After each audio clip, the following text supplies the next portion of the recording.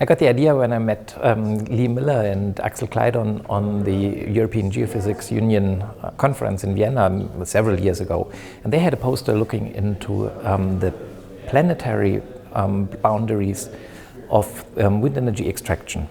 And they showed that some of these, just taking a lot of individual measurements on the ground and scaling up, can actually overshoot what totally is available if you come from a planetary perspective.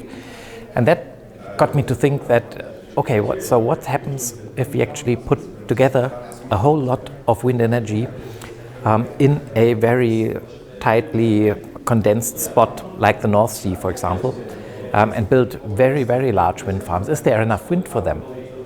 And obviously that's a problem that could be interesting for example, marine spatial planning. Can you build wind farms really extensive, or do you have to have some windbreak areas in between? And so one possibility to do science without too many strings attached is to get a Marie Curie network. I myself was a Marie Curie fellow many years ago and started my career as one.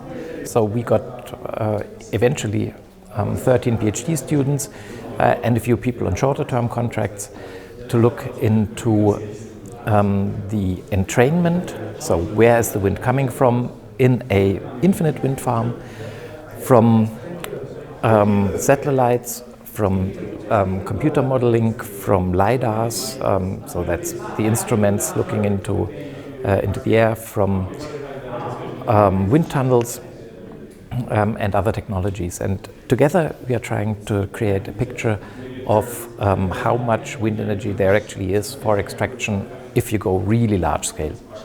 One of the things the world will have after this project is, of course, educated PhDs. The wind sector is supposed to grow exponentially. We are currently at about 30 gigawatts and we're expanding to 400 gigawatts offshore wind energy. So that's one of the very tangible outcomes. On the other hand, in the science, we also will get a better understanding and better tuned models in order to better understand how large we can actually build wind farms.